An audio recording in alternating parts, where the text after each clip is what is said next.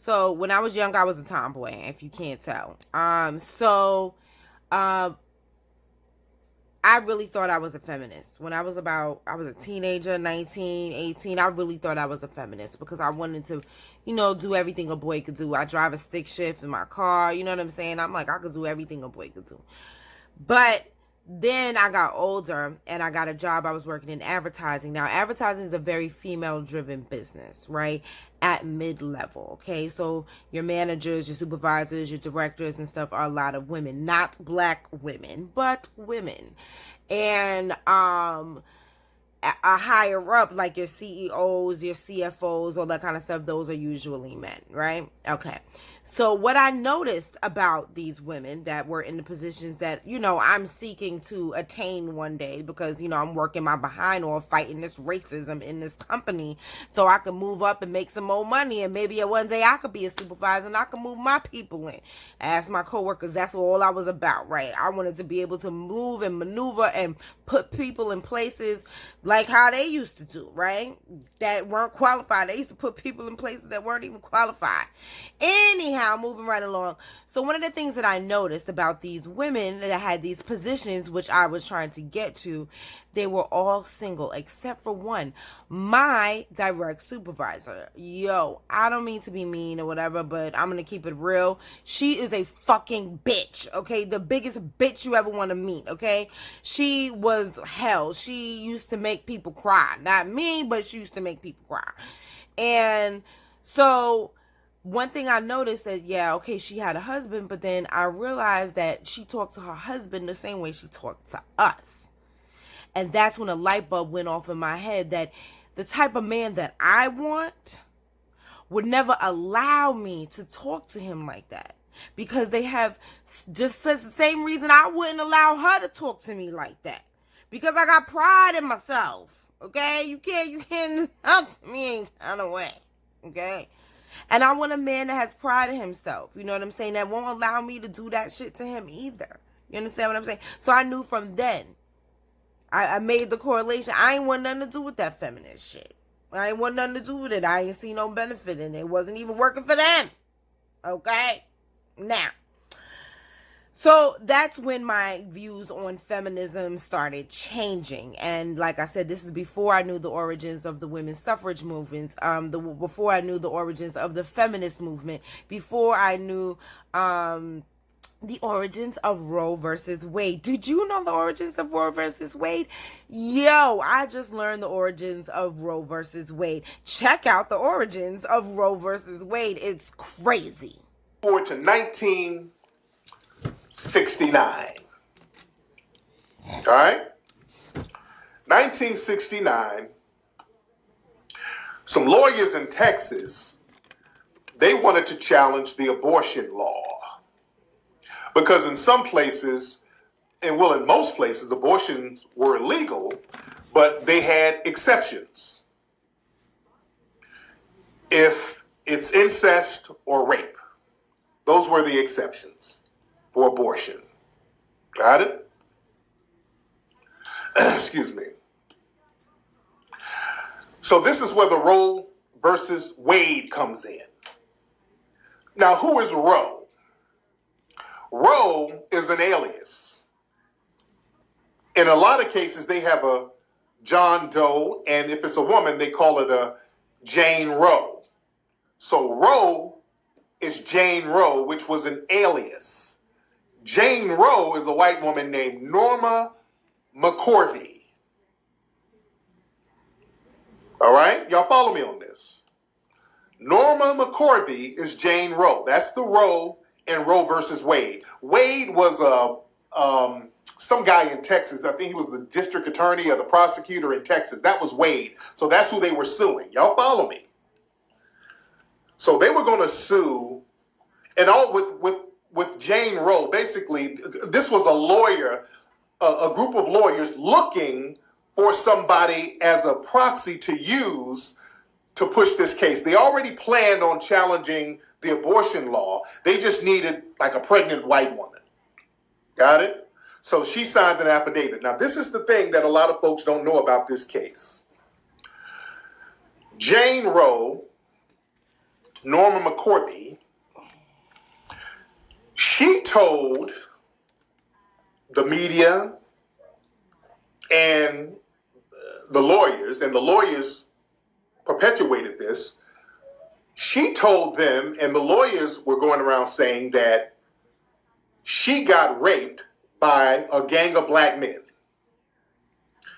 Jane Roe, Norma McCorvey, lied and said she was gang raped by a group of black men at a carnival in Georgia.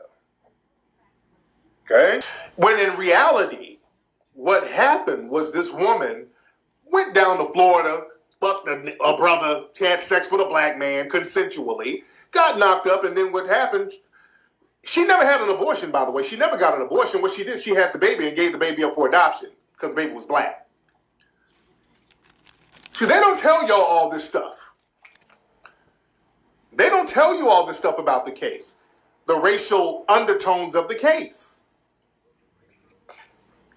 They use anti-black racism to push this law through. And later on, one of her lawyers was Gloria Allred. One of her lawyers was Gloria Allred is all. That's why you look at the picture there. She's all kicking it with Gloria Allred. Gloria Allred's career it's been about falsely accusing black men of rape and coming up off that. But eventually, and this Norma lady, she was a dirtbag. She was white trash, a druggie, just moving all over the place. So she was like one of these white trash, druggie white women. But that was neither here nor there. You know, they just needed a subject to push their agenda. So, sisters, I'm going to ask you. You standing with these feminists?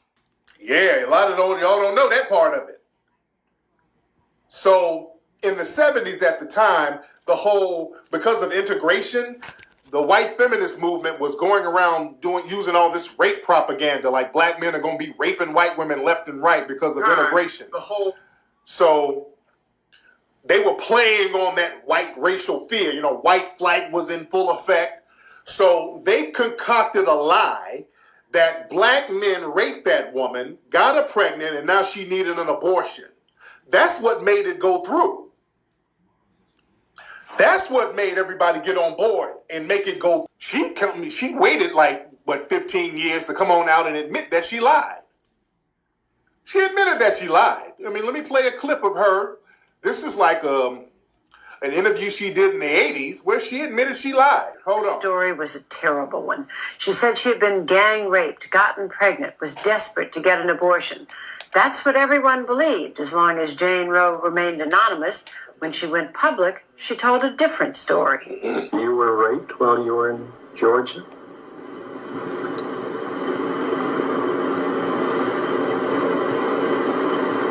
No, I wasn't. You were not? No, I wasn't. So all those stories that are in the books and so forth are not true? Yes, sir. Yes. They're not true. Right. And it turned out that lying wasn't the only embarrassment, this darling of the pro-choice. Look at Gloria Allred. Boy, Gloria Allred loves representing liars, I see. Y'all could call me Popeyes tonight because I'm hitting feminism with a 3-piece and a biscuit, and I'm not giving you no drink. Choke on it. Speaking of Glorias, black women, beware of non-black women named Gloria. The private individuals to whom I went often had particular points of view to put forward, which would have been much, much more restricting than the CIA funds were, which were free. I mean, no one was told what to say. What do you mean they were free? You mean to say it was easier for you to work for the CIA than a private organization? That's right. And when the story broke that I had that I have for 4 years been a Central Intelligence agent, I was demonstrating outside the Pentagon underneath Mr. McNamara's office against bombing in Vietnam. And this didn't precisely fit with the image of a CIA agent, but then neither does the CIA. Remember what I just said, the white supremacists are the masters of deception. And part of that deception is they know how to very skillfully take all sides of every argument, so that at the end of the argument, the only people who are confused and exhausted are the black people who are scattered all over the place and usually arguing with each other about this, that, and the other. And the white supremacists are still in business as usual. See, you have to really pay attention to how they will start out appearing to do one thing, but they wind up doing something else altogether. Yes. Different from what they started out to do. Okay. They are masters at that. And so you have to watch and listen very carefully. And they are masters at using words in such a way that they sound like, and I'm going to repeat this over and over again, they sound like they are being as logical as you can possibly be. I mean, you will walk away saying, boy, that was great the way he said that. That was great the way she said that. And boy, did she really sum it up. But when you think about it twice, 3 times, 4 times, 5 times, there will be great parts of what was said that will be absolutely logical and absolutely true. But there'll be 1 or 2 parts where they threw you off completely.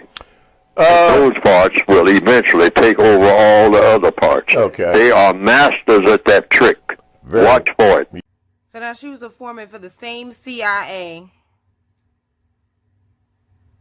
that was involved in COINTELPRO. All that. I tell my friends this all the time about one specific person. See, y'all like to take snakes home and play with them and take them home and bring them in your house like pets. I like to cut their heads off and wear them as bags and shoes. You don't play with snakes. Let's go to the bitch who started it all and Planned Parenthood too, Margaret Sanger. Sanger's admiration for the eugenics programs of Nazi Germany were well known at the time. In 1933, the Birth Control Review published Eugenic Sterilization, an Urgent Need, by Ernst Rudin, who was Hitler's director of genetic sterilization and the founder of the Nazi Society for Racial Hygiene. In her praise for the eugenics programs in Germany, Sanger called for the implementation of such programs in the United States, specifically targeting African Americans. The following editorial was published in the 1932 issue of the Birth Control Review. The Negro problem is one of the most complicated and important confronting America. Whatever the ultimate answer may be, such an attitude brings to light the function of birth control as a necessary agency in its solution. The present submerged condition of the Negro is due in large part to the high fertility of the race under disastrously adverse circumstances. Thus, the question arises, to what extent birth control has had a eugenic effect upon the Negro race? If any question should remain about Sanger's racist agenda, a 1939 letter she wrote to Dr. Clarence Gamble should remove all doubt. We should hire 3 or 4 colored ministers, preferably with social service backgrounds and with engaging personalities. The most successful educational approach to the Negro is through a religious appeal. We don't want the word to go out that we want to exterminate the Negro population. And the minister is a man who can straighten out that idea if it ever occurs to any of their more rebellious members. Oh, Lord, not the preachers. Whoa. Is this the white feminist woman that they love so much? Is this the one that they hold as the pinnacle, the one who started it all? Is this her? Is this your king? Is that y'all's queen? Here, the black abolitionist, Sojourner Truth, who was herself freed from slavery in 1827, speaks to a gathering of feminists in Akron, Ohio in 1851. Well, children, where there is so much racket, there must be something out of kilter. I think that twixt the Negroes of the South and the women at the North, all talking about rights, the white man will be in a fix pretty soon. But what's all this here talking about? That man over there says that women need to be helped into carriages, lifted over ditches, and to have the best place everywhere. Huh. Nobody ever helps me into carriages, or over mud puddles, or gives me any best place. And ain't I a woman? Look at me. Look at my arm.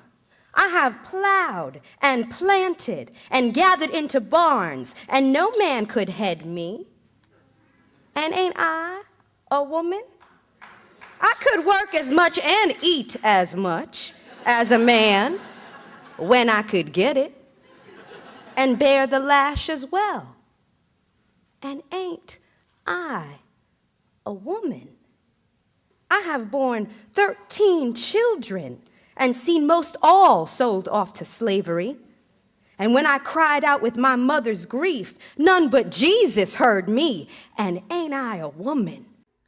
So I will never stand with the white supremacist, feminist, female on any issue, any day, ever. Never. Fuck 'em.